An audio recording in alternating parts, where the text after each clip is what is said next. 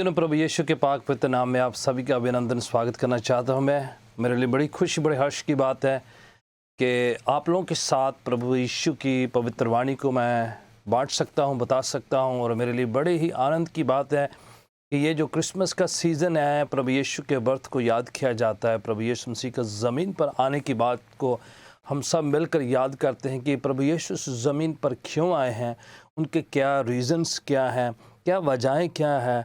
और वो जब रीज़न को हम समझते हैं, सीखते हैं, लर्न करते हैं, उन मकसद को हम जानते हैं कि कितना बड़ा मकसद है परमेश्वर की योजना को हमारे बीच में पूरा होते हुए, तो हमें बड़ी आशीषें मिलती है। हमें पता चलता है कि हम कितने भाग्यशाली हैं, कितने सौभाग्य में हैं और कितने ही प्रिविलेज लोग हैं जिनके होते हुए, जिनके वक्त में प्रभु यीशु मसीह आप जो है हमारे लिए निजात मुक्ति का कारण बने और हमारे लिए इस दुनिया में आए हैं। मैं कभी कभार इसलिए बात को बड़े ही विस्तार के साथ खुलासा करके बताता हूँ। वजह यह है कि कई बार जब हम क्रिसमस को या इस सीज़न को मनाते हैं तो हमारा ध्यान जो है बढ़ जाता है, हम डिस्ट्रैक्ट भी हो जाते हैं और कुछ लोग उसके मायने या मीनिंग को समझते भी नहीं हैं। या फिर ऐसा भी होता है कि हम जो हैं डिवाइडेड हो जाते हैं अपनी अटेंशन को लेकर, क्योंकि बहुत कुछ चल रहा होता है इस महीने में। जो है डेकोरेशन होती है, आपको गिफ्ट लेना है, गिफ्ट बांटना है, ग्रीटिंग कार्ड भेजने हैं, रिसीव करने हैं। कई बार सेलिब्रेशन जो है इतना बड़ा जो है अटेंशन को ले लेता है। या फिर लोगों का आना जाना, मेहमान नवाजी जो है, पकवान, ये सब चीज़ें भी हमारा ध्यान खींच के ले जाती है। उसके साथ साथ जो कमर्शियलिज्म है, सेल का होना कि यहाँ पर ये सेल है, उधर का ये सेल है और ये ख़रीदा फरोख्ती, वो सब चीज़ें हैं कई बार जो हैं, जो रियल सीज़न का जो मायना है, जो मकसद है, उसमें हम जो है कई बार समझने में या उसको मनाने में हम चूक जाते हैं या फिर उसका मकसद को हम पूरा नहीं कर पाते। इसलिए मैंने सोचा कि इस सीज़न में क्यों ना उन बातों को सीखा जाए, लर्न किया जाए, अपनी ज़िंदगी में उतारा जाए जिस मकसद के लिए सीज़न है। तो बातचीत कर रहे हैं हम कि यीशु मसीह इस दुनिया में, इस धरती पर, इस ज़मीन पर क्यों आए हैं, उनका मकसद क्या था, उनका उद्देश्य क्या था, लक्ष्य क्या था कि इस दुनिया में वो आए। इससे पहले कि ये बातों को सीखे, मैं चाहता हूँ कि ये बात जान लें कि प्रभु यीशु का जन्म प्रीसाइसली 25 दिसंबर को नहीं हुआ है, बल्कि ये जो तारीख है इतिहास में अडॉप्ट करी गई है प्रभु यीशु के जन्म को मनाने के लिए। अब उस वक्त या वो जो कब अडॉप्ट करी गई, कहाँ से ली गई और किस वजह से ली गई, उस पर ज़्यादा ध्यान नहीं दिया जाएगा, क्योंकि वो बातें जो हमारे ज़िंदगी में मायने नहीं रखती हैं। क्योंकि सारे दिन और सारे कैलेंडर के जितने डेट्स हैं वो सब परमेश्वर के हैं। कोई भी दिन किसी और का नहीं है, शैतान का नहीं है, किसी और जो किसी और का नहीं है, किसी और हस्ती का नहीं है। सारे तारीखें, सारे डेट्स, सारे महीने, हर घड़ी, हर लम्हा परमेश्वर की ओर से है। तो इसलिए इतना जलाल किसी और चीज़ को मत दीजिएगा कि ये वाला फ़लाना दिन किसी और का है। सारे दिन परमेश्वर के हैं। कैलेंडर में जितने दिन आते हैं, सप्ताह में जितने दिन होते हैं, दिन में जितने घंटे होते हैं, जितने सेकंड्स होते हैं, जितने लम्हे होते हैं, सब परमेश्वर की ओर से हैं। तो इसलिए कोई भी दिन किसी और का नहीं है। ये बात आपने और मैंने ये समझ लेनी है और ये बात आप भली बात जानते भी होंगे। सुनिए, हम तारीख कोई भी पिक कर सकते हैं, दिन कोई भी पिक कर सकते हैं, घड़ी कोई भी पिक कर सकते हैं, जिस समय हम ये याद करें कि प्रभु यीशु इस दुनिया में हमारी खातिर, हमारे लिए आए हैं। ये बात जो है कोई भी दिन पिक किया जा सकता है। तो अगर सब लोग 25 को लेकर मना रहे हैं या 24 को लेकर मना रहे हैं, तो वो दिन भी अवेल किया जा सकता है। इसमें कोई ऐसी आपत्ति नहीं है, कोई संकट नहीं होना चाहिए, क्योंकि मैं सोचता हूँ कि दिसंबर महीने के सारे दिन जो हैं परमेश्वर के हैं। उसी तरीके से ये बात भी जान लीजिए कि क्रिसमस वर्ड जो है बाइबल में नहीं पाया जाता। क्राइस्ट और मास दो वर्ड हैं जिसका मतलब है सर्विस, मसीह। क्राइस्ट का मतलब है मसीह और मास का मतलब है सर्विस, सभा।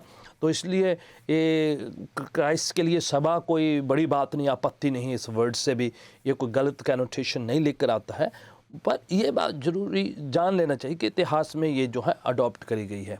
अब दूसरी बात ये समझिए कि हालांकि पवित्र शास्त्र बाइबल में क्रिसमस वर्ड नहीं आया है, पर यीशु की पैदाइश के बारे में बहुत से हवाले हैं, प्रोफेसीज हैं, डिटेल है, बड़ा खुलासा, बड़े विवरण के साथ हमें बताया गया है कि यीशु कहाँ पर पैदा हुए, किन के यहाँ पैदा हुए, कौन से नगर में, कौन से देश में, कौन सी जो लाइन से यानी कौन सी वंशावली से आते हैं। ये सब बातें जो हैं बड़े ही खुलासा करते हुए गॉस्पल्स में, अंजीलों में बताया गया है। अगर आप मत्ती की अंजील पढ़े या लूका की अंजील पढ़े, इन दोनों अंजीलों में बड़ा ही खुलासा बताया गया है कि किस प्रकार से प्रभु यीशु मसीह का जन्म जो है वो यरूशलेम शहर में, बेथलेहम नगर में, इस्राएल देश में और बेथलेहम छोटे से नगर में हुआ है। तो ये बात जो है आपने समझ जाना है। और ये चीज़ें, ये जोग्राफिकल एरिया, ये लोकेशन आज भी जो है ज़मीन पर पाए जाते हैं। आप इस्राएल जाकर बेथलेहम को देख सकते हैं, विज़िट कर सकते हैं, वो सब चीज़ों को देखा जा सकता है। तो ये कोई काल्पनिक बात नहीं है, ऐतिहासिक तौर पर आप जाके इस्राएल में यरूशलेम, बेथलेहम इलाका विज़िट किया जा सकता है। तो ये बहुत बड़ा, ये छोटा सा एक नगर है और जिसमें 1000 के करीब लोग रहते होंगे उन दिनों में। तो बड़ा छोटा सा नगर है और उसमें आप देखते हैं कि किस प्रकार से जो है प्रभु यीशु वहाँ पर पैदा हुए। ये पूरा विवरण पवित्र शास्त्र बाइबल में हम पाते हैं। अब ध्यान दीजिए, प्रभु यीशु की मदर और उनके पिता मरियम और जोसेफ जो है नाज़रेत में रहा करते थे। नाज़रेत में रहा करते थे। इससे पहले कि यीशु पैदा हुए वो नाज़रेत में रहा करते थे। और कहा जाए, और यीशु का होम टाउन जो है वो नाज़रेत इसलिए कहलाया जाता है क्योंकि वो नाज़रेत में उनके पेरेंट्स मरियम और मैरी रहा करते थे।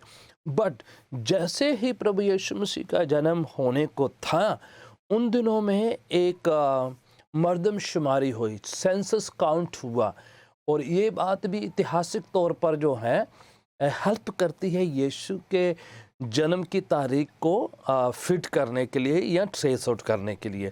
अगर आप लूका की अंजील उसका 2 अध्याय और उसकी पहली पंक्ति से पढ़ते हैं मेरे साथ, तो आप इन बातों को बड़ी भांति सीख सकते हैं। इस प्रकार से लिखा हुआ है, and it came to pass in those days, ऐसा हुआ कि उन दिनों में, that there went a decree from Caesar's Augustus, कैसर अगस्तस के द्वारा से एक हुक्मनामा जारी हुआ that all the world should be tax, के सब पर जो है एक टैक्स या जो है एक टैक्स जो है लगाया जाए। and this time this taxing was made.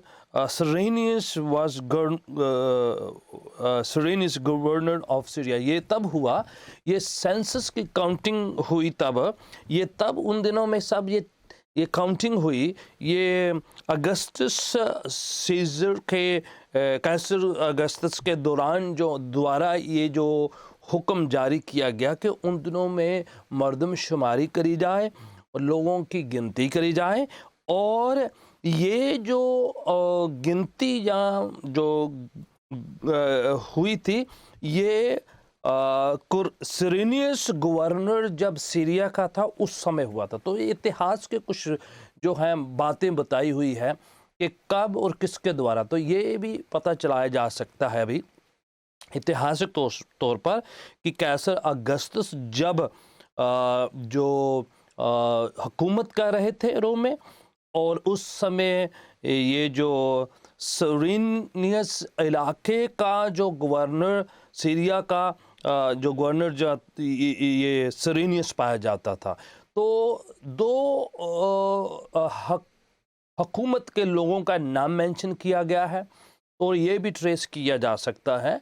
और उस समय के सिक्के भी मिले हैं जो ब्रिटिश म्यूज़ियम में पाए जाते हैं, जिसमें ये सीरिया के गवर्नर सिरेनियस का नाम पाया जाता है।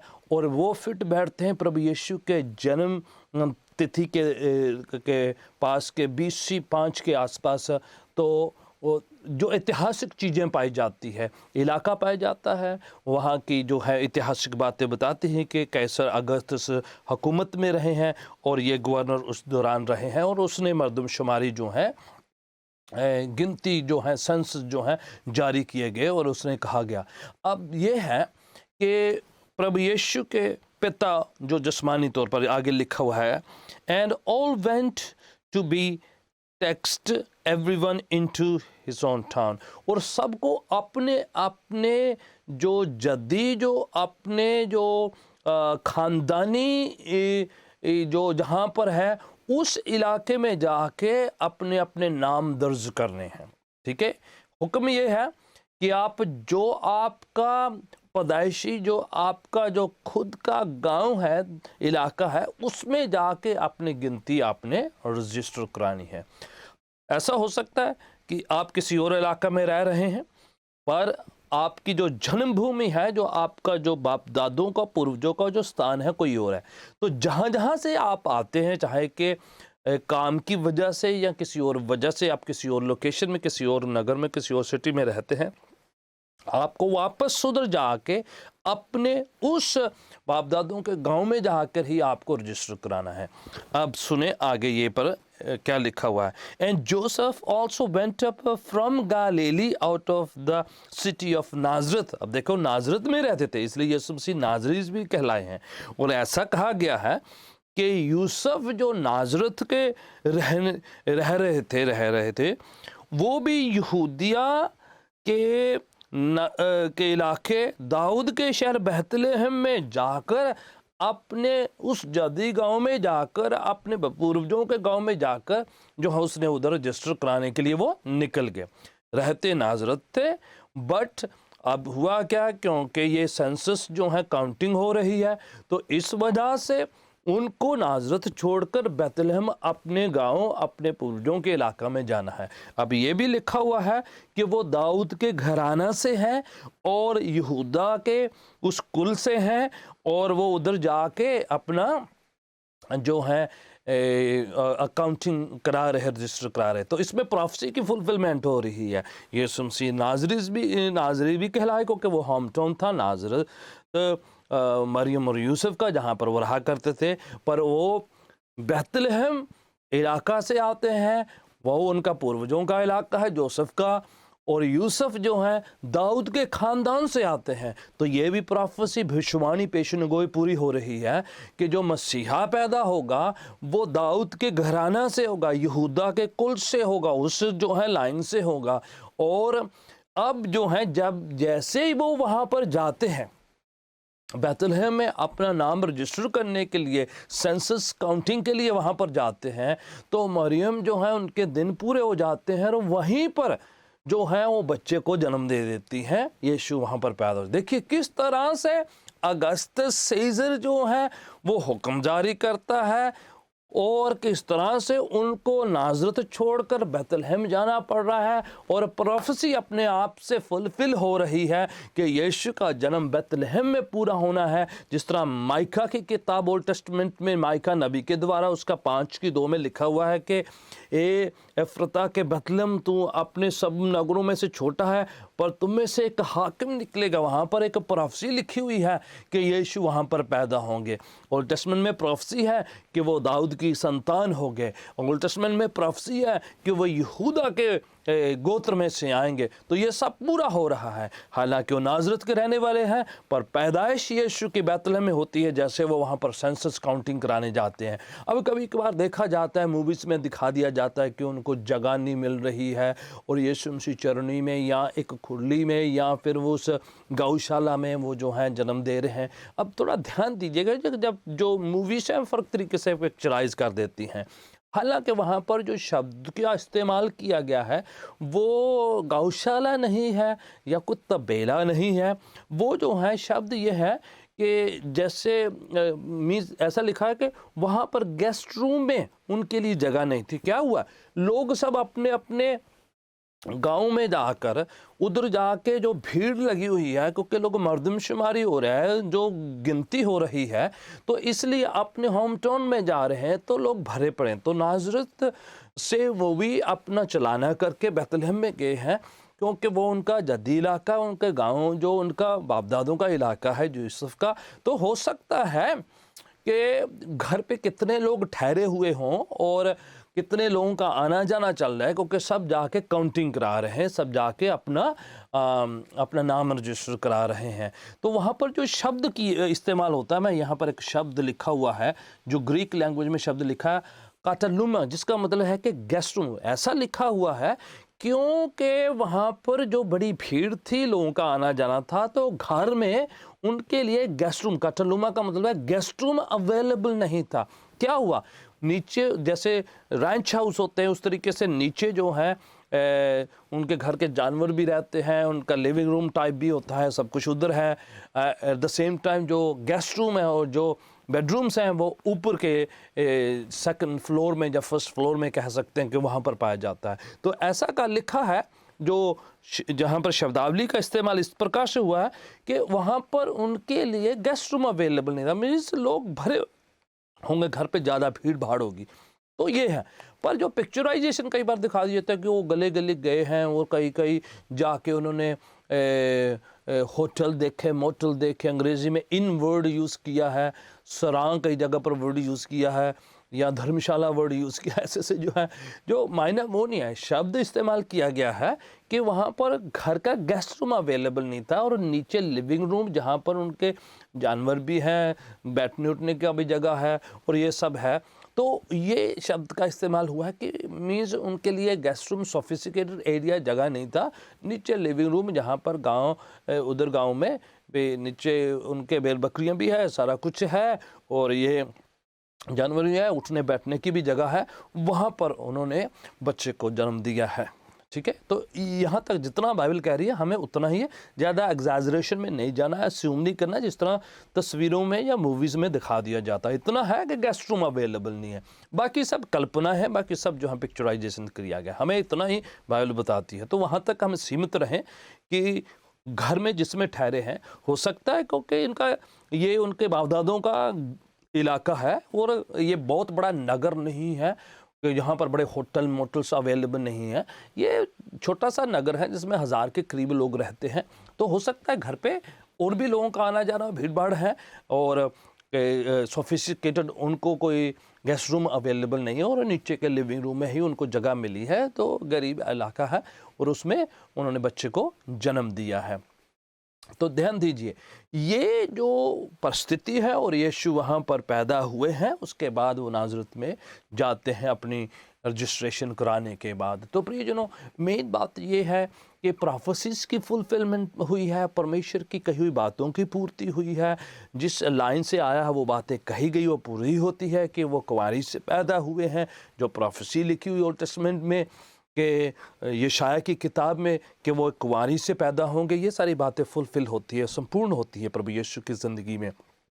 और जो है यूसुफ हुक्म की पालना करते हुए उनको अपनी पत्नी मानते हैं और उसी तरीके से यीशु को जो है बेटा करके अपनाते हैं। ये सारी बातें फुलफिल होती है जिस तरह से उनको पवित्र आत्मा के द्वारा से अगुवाई करते हुए सपनों के द्वारा सब निर्देश दिया गया, ये सारी बातें वो रिसीव करते हैं।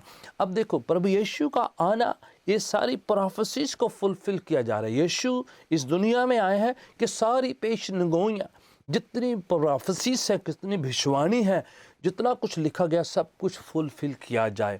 प्रभु यीशु कहते हैं कि मैं जो लिखा हुआ व्यवस्था की बातों को खंडित करने या खारिज करने या कंडम करने के लिए नहीं आया हूँ, मैं उनको फुलफिल करने आया हूँ, पूरा करने। यीशु का एक मकसद ये भी है कि जो कुछ परमेश्वर ने पुराने अहदनामे में, ओल्ड टेस्टामेंट में कहा है नबियों के द्वारा से, उस सारी बातें फुलफिल की जाए, संपूर्ण करी जाए, उसको कही हुई बातों को पूरा किया जाए, अंजाम दिया जाए। जिस क्षण आदम और हवा गुनाह किए थे, उसी क्षण ये प्रोफेसी कर दी गई थी कि औरत के द्वारा से एक पैदा होगा जो शैतान के जो शैतान की जो कामों को नष्ट करेगा। जैसे ही उन्होंने गुनाह किया आदम और हवा ने, तुरंत परमेश्वर ने प्रोफेसी करके स्वयं कहा, तेरे और स्त्री के संतान के बीच में मैं बैर रखूँगा और औरत के द्वारा से, औरत का जो संतान है वो तेरे सिर को कुचलेगा। उसी समय पैदाइश की किताब, जिसे उत्पत्ति किताब कहते हैं, उसके 3 चैप्टर में कह दिया गया था कि औरत की संतान जो है आकर शैतान को कहा कि तेरे सिर को कुचलेगा, उसी समय ये प्रोफेसी कर दी गई थी। तो प्रियजनों, उस समय भी ये बात जो जाहिर कर दी गई, उस समय ये बात बता दी गई कि इस दुनिया में जो शैतान के काम को नष्ट करना है, शैतान के कामों को जो ख़त्म करना है, तो वो औरत के थ्रू से जो है परमेश्वर करने वाले हैं, उसकी संतान के थ्रू से करने वाले हैं कि वो इस दुनिया में एक ऐसा जो है शख्स, ऐसी हस्ती भेजने वाले हैं जो बिना इंसान के, बिना फादर के जो है परमेश्वर सिर्फ औरत को लेकर जो है अजीबो तरीके से, मौज़ात तरीके से, मिरेकलसली उसके थ्रू से एक औलाद भेजेगा जो आके शैतान के कामों को नष्ट करेगा। उस समय ये बात कह दी गई थी जैसे गुनाह किया था। तो ये उत्पत्ति की बात है, वे बिफोर जो है any other profit came on this earth. इससे पहले कि कोई नबी ने आके बात करी, ये पहले से परमेश्वर ने ये बात जाहिर कर दी कि वो आएगा और तेरे सिर को कुचलेगा, तेरे को ख़त्म करेगा, खारिज करेगा इन सब बातों को। तो प्रियजनों, आपने और मैंने जब इन दिनों में जब प्रभु यीशु के इस सीज़न को मनाते हैं, तो आपने ये बात समझना है कि परमेश्वर का आना बड़ी वक्त, बहुत सदियों पहले तय था। ये बात मुकर्रर हो चुकी थी। परमेश्वर ने बात को जो नियुक्त कर दिया गया था कि औरत के जरिए से दुनिया में आके जो है उसने गुनाह का, पाप का और शैतान का खात्मा करना, उसके कामों को नष्ट करना। प्रियजनों, जो गुनाह की एंट्री, पाप की एंट्री पहले औरत से होती है, इसीलिए परमेश्वर ने पहले और उसी समय चुन लिया कि औरत के थ्रू से ही उसका समाधान निकाले जाएगा। गुनाह शरीर में हुआ है, आदम जात से हुआ है। उसी समय ये बात परमेश्वर ने अपने फोरनॉलेज के हिसाब से ये तय कर लिया कि जो गुनाह का खात्मा करना है तो परमेश्वर को शरीर में आकर ही करना है। उसने आत्मा में नहीं करना है, शरीर में आकर ही करना है। इसलिए यीशु शारीरिक तौर पर इस दुनिया में आम इंसान की तरह पैदा हुए, आम इंसान की तरह रहे, आम इंसान की तरह उन्होंने सारी बातों में शिरकत किया और उसी तरीके से इसी शरीर में उन्होंने पाप का और शैतान का, बीमारियों का खात्मा किया, क्योंकि इसी में उनकी एंट्री हुई थी, इसी शरीर में, इसी तरीके से जो शरीर में एंट्री हुई थी। तो प्रियजनों, आप और मैं ये बात समझ जाएं, परमेश्वर की योजना वक्त पहले, सदियां पहले जो है इसी तरीके से तय थी। अब सुने, यीशु के आने का मकसद यहाँ पर और तरीके से एक और वर्ष से हम लोग सीखते हैं। पहला यूहन्ना का खत, ये पहला यूहन्ना की पत्री, उसका 3 की 8 आयत इस प्रकार से लिखी हुई है। मैं जॉन्स गॉस्पेल की बात नहीं, उस पत्री की बात कर रहा हूँ। इस तरह से लिखा है यूहन्ना 3 की 8, मैं आपके लिए पढ़ देता हूँ। इस प्रकार से लिखा है कि जो पाप करता है वो शैतान से है, क्योंकि शैतान शुरू से ही गुनाह और पाप करता आया है। इसलिए परमेश्वर का पुत्र जाहिर हुआ, प्रगट हुआ कि शैतान के कामों को नाश करे। अब सुने कि ये वजह थी, ये कारण था। हम सीख रहे हैं कि व्हाट रीजन, क्यों प्रभु यीशु इस दुनिया में आए। पहला, प्रोफेसीज को फुलफिलमेंट करने के लिए, जितना कहा था परमेश्वर ने उन सबको संपूर्ण करने के लिए। अपने लास्ट ब्रेथ तक उन्होंने सारी प्रोफेसी बातों को, परमेश्वर के कहे हुए कथनों को उन्होंने पूरा किया है।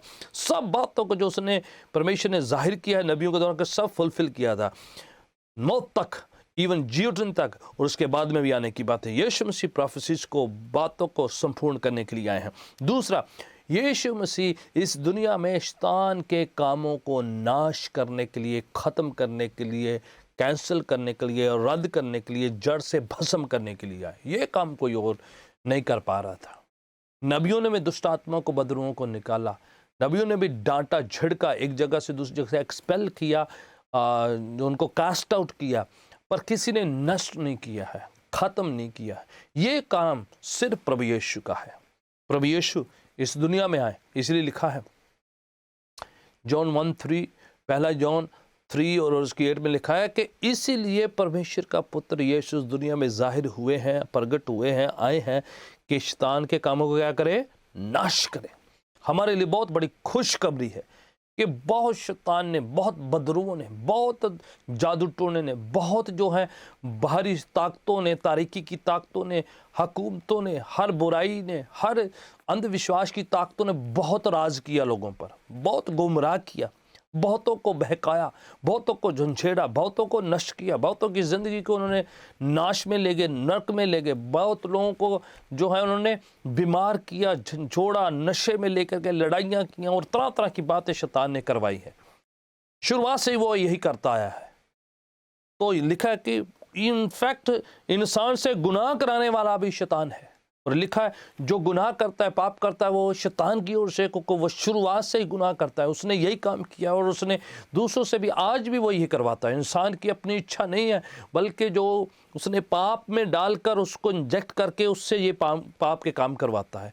तो प्रियजनों, आप और मैं जब छुटकारा पाना है तो यीशु इस दुनिया में आए हैं शैतान के कामों को नाश करने के लिए। यीशु आए हैं छुटकारा देने के लिए। यीशु कभी नेगोशिएट नहीं करते बदरुओं के साथ। यीशु कभी उनके साथ सौदेबाजी नहीं करते, उनको कुछ चढ़ावा नहीं देते हैं, उनको उनके मनपसंद की चीज़ें नहीं देते हैं। आज और मैं और आपको भी ऐसा नहीं करना है कि कोई इन बिटवीन जो है शैतान के साथ सौदेबाजी की, नेगोशिएट किया जाए, बल्कि यीशु जब हमारी ज़िंदगी में आ जाते हैं तो आप ये बात समझ लीजिए कि यीशु इसलिए आए हैं कि शैतान के कामों को आपकी और मेरी और हर शख्स की ज़िंदगी में नष्ट करे। जब आप यीशु को अपनी ज़िंदगी में बुलाते हैं, पुकारते हैं, उसको अपनी ज़िंदगी में ले लेते हैं, तो आप याद रखें कि जो बातें आपसे नहीं हो सकती हैं, जो बातें चीज़ों वस्तुओं से नहीं हो सकती हैं, जो बातें किसी बाबा से नहीं हो सकती हैं, जो चीज़ें जो तमाम दुनिया की हस्तियों से नहीं हो सकती हैं, सेल्फ कंट्रोल से नहीं हो सकती, मेडिटेशन से नहीं हो सकती है, दवाइयों से नहीं हो सकती है, लोगों के सेल्फ डिसिप्लिन से नहीं हो सकती है, वो बातें सिर्फ परमेश्वर की आत्मा के द्वारा, यीशु की सामर्थ शक्ति, उसके मस्साभिषेक के द्वारा से होती है। और यीशु इसलिए आए हैं कि शैतान के कामों को नाश करे। जॉन चैप्टर 10 वर्स 10 में लिखा है, शैतान आता है सिर्फ चोरी करने के लिए, नाश करने के लिए और हलाक करने के लिए। मैं इसलिए आया हूं कि तुम्हें जिंदगी मिले और भरपूर कसरत की, हमेशा की ओवरफ्लोइंग अबंडेंट लाइफ आपको मिले। प्रियजनों, आप और मैं जो संपूर्ण लाइफ लेना है तो प्रभु यीशु जो हमें बख्शते हैं वो देने के लिए है। वो शैतान के हर काम को, उसकी हर हरकत को ख़त्म करने के लिए आए। कुलूसियों की पत्री उसके दूसरे चैप्टर में आपके लिए मैं बताना चाह रहा हूँ, यहाँ पर लिखा हुआ है, मैं पढ़ रहा था थोड़ी देर पहले। कुलूसियों की पत्री उसका दूसरा अध्याय उसकी 14 और 15 में इस प्रकार से लिखा है कि जो कुछ हमारे खिलाफ सारी बातें जो व्यवस्था के मुताबिक और तमाम बुराइयों के मुताबिक गुनाह के कारण से हमारे खिलाफ लिखी हुई थी, यीशु मसीह ने सलीब पर उन सब को जो है ख़त्म कर दिया, ब्लॉट आउट कर दिया। उसने बिल्कुल हमारे से धो दिया, सलीब पर लेकर उसका सारा भुगतान कर दिया। और जो कुछ भी हमारे खिलाफ लिखा हुआ था, हमारे खिलाफ जो भी फतवे जारी थे, पाप की मजदूरी मौत है, पाप की वजह से इंसान को मौत से गुजरना था, ये बातें हमारे खिलाफ लिखी जा चुकी है। तय है, मुकर्रर है कि इंसान को मरना है। बट शुक्र है यीशु का, thank God for Jesus Christ के, उसने ये सारी बातों को सलीब पर ले लिया और सलीब पर इन सब बातों को ख़त्म कर दिया, हमारे लिए हर्जाना भर दिया, हमारे लिए भुगतान कर दिया, हमारे लिए कीमत अदा कर दी। और जो कुछ जो हमने करना था, पाप की वजह से हमें भुगतान करना था, जो हमसे नहीं हो पा रहा था, यीशु ने खुद कर दिया अपने शरीर के द्वारा से। खुद सलीबी मौत सह ली, खुद कांटों का ताज सह लिया, खुद अपने अंदर जो है उस सब खून बहा दिया, जुल्म तशद्दुद को ले लिया और सलीब पर उसको ख़त्म करके, इसमें लिखा है 15 आयत में, कुलूसियों 2 की 15 में, और सब कुछ जो हमसे हत्या लिया था शैतान ने, उन सब से लेकर शैतान का खुल्लम खुल्ला उसने तमाशा बना दिया है। Praise God, hallelujah, thank you Jesus, कि जो कुछ शैतान हमारे खिलाफ करता रहा है, जो भी उसने हमारे हक छीन लिया, हमारे राइट छीन लिए, हमारी अथॉरिटी छीन ली, आदम से सारा कुछ उसने छीन लिया, उस वापस लेकर उस शैतान का खुल्लम खुल्ला तमाशा बना दिया, उसको शिकस्त दे दी, उसको हरा दिया। और इसलिए आज हमें भी फतह मिलती है यीशु के पवित्र नाम से। प्रियजनों, आप जहाँ कहीं भी मेरे इस आवाज़ को सुन रहे हैं, तो इन दिनों इस सीज़न की आवाज़ ये कहती है कि यीशु आए हैं आपको और मेरे को भरपूर ज़िंदगी मिले। यीशु इसलिए इस दुनिया में आए हैं कि शैतान के कामों को नाश करे, बीमारियों को ख़त्म करे, हर एक शैतान के उस बुरे असर को हमारी ज़िंदगी से ख़त्म करे। अगर आज भी आपको लग रहा है पाप, गुनाह और बीमारी और शैतान की ताकतें आपको डराती है, झंझोड़ती है, निराश करती है, मायूस करती है, बीमार करती है, आपको जो है गिराती है, नष्ट करती है, तो मैं चाहता हूँ कि आप यीशु को अपनी ज़िंदगी में बुलाएं, आमंत्रित दें, उसको बुलाएं और यीशु आकर आपकी ज़िंदगी में एक नया मोड़ लेकर आएंगे, भरपूर ज़िंदगी देंगे, कसरत की ज़िंदगी देंगे, हमेशा की ज़िंदगी देंगे और शैतान के सारे कामों को नष्ट करेंगे। Hallelujah, God bless you. खुदावन आपको बहुत बरकत दे। अगली बार अगले वीक फिर से मैं आपसे साथ वचन के साथ बातचीत करूंगा। तब तक आप अपना ध्यान रखें, यीशु को ज़िंदगी में अपनी में राजा बनाएं और देखना कैसे शैतान की हर बात पर फतह पाएंगे। God bless you all.